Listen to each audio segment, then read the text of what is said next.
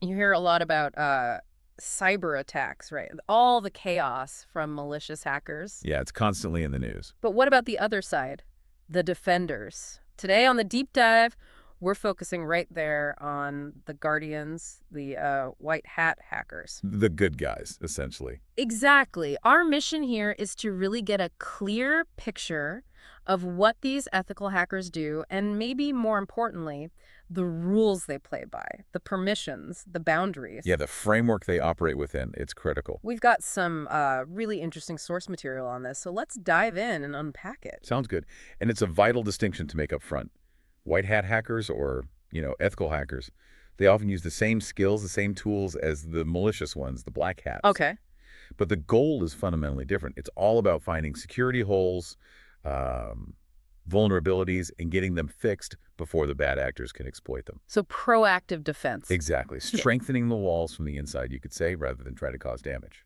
Okay, so it's definitely not just letting skilled hackers loose to, like, ports around wherever they feel like. Oh, absolutely not. That would be chaos. Right. So what stops that? What are the guardrails? Well, the core principle, the absolute foundation of ethical hacking, is explicit permission. That's the main guardrail. Explicit permission. Yes, it's structured, it's authorized, it's not digital vigilantism. And the info we looked at breaks down this permission into a few key parts. Okay, let's break those down. First up was scope definition. What does that actually look like? Scope definition is, well, it's about drawing lines on the map, basically. Yeah. Before any testing even begins, the organization says, okay, you can test this system or these specific applications, but not that. Setting clear boundaries. Precisely. It stops the ethical hacker from accidentally stumbling into areas they shouldn't be in or testing things that aren't meant to be tested. Like, give me an example. Sure. A company might say, you're cleared to test our public website in the staging server. That's like a test version of the site, but definitely don't touch our internal HR systems or the live customer database. Got it. Keeps the focus tight and avoids breaking something critical by mistake. Exactly. Prevents overreach and minimizes risk. That makes total sense. You wouldn't hire someone to check your window locks and have them accidentally messing with the, I don't know, the plumbing. Right. Good analogy. Mm. And to make sure those boundaries are crystal clear and legally sound, the sources really stress the need for written authorization. Okay, so not just a verbal agreement. No. Mhm. We're talking a formal legal contract, often called a penetration testing agreement or pen test agreement. Okay. So actual legal documents are involved. Absolutely essential. This contract protects both sides, really. How so? Well, for the ethical hacker, it's their legal proof that they have permission to do what they're doing. It's their get-out-of-jail-free card, so to speak, if questions arise. Right. Covers them legally. And for the company, the contract ensures the hacker knows exactly what they can and can't do, what the goals are, the rules of engagement. It sets out the whole framework legally. Seems like a must-have. No wiggle room there. Definitely non-negotiable in professional ethical hacking. Okay, what about timing? Can these tests just happen whenever? Seems disruptive. Good point. No, they can't. Uh, That leads us to the next piece, the time frame. right. Ethical hacking assessments are pretty much always done within specific pre-agreed time windows, Why is that so important? mostly to minimize disruption to the company's normal business. You don't want security testing interfering with daily operations or impacting customers. Okay. So the sources mention examples like testing is only permitted between 10 p.m. and 4 a.m. on weekends or something similar, off-peak hours. When fewer people are using the system. Exactly. It reduces the risk of impacting performance or causing issues for employees or users. It's carefully scheduled. So it's planned, surgical almost, not just constant probing. That sounds way less risky. Okay, next point was testing method approval. Does that mean some hacking techniques are like banned even for the white hats? Yes, absolutely. Even though the goal is to simulate real attacks, ethical hackers have to be responsible. Makes sense. So, testing method approval means the company gets to say which techniques are okay and which aren't.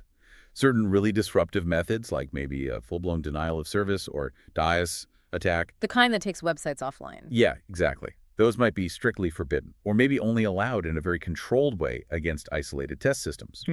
The goal is to find the weaknesses without actually causing harm or major outages. Find the flaw, don't break the whole thing proving it exists. You got it. It's about assessment, not destruction.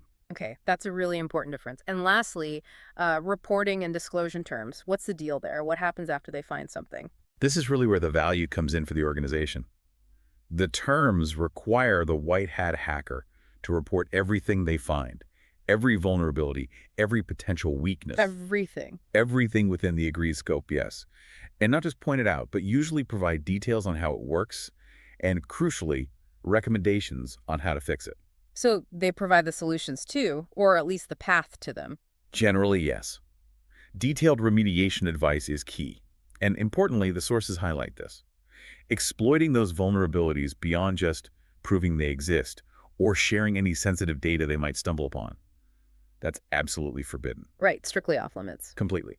The goal is purely to improve security, not to benefit personally or leak information.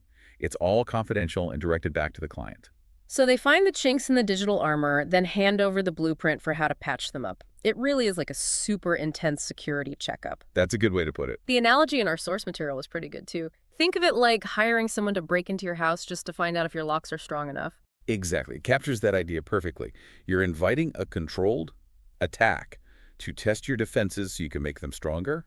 It's proactive, Yeah, that makes the whole concept much clearer. It's about testing strength, not causing damage. provided, of course, it all sticks to those agreed-upon permissions and ethical rules we've been discussing. So, pulling this all together, our deep dives really shows that white hat hacking isn't the sort of shadowy rogue activity you might imagine.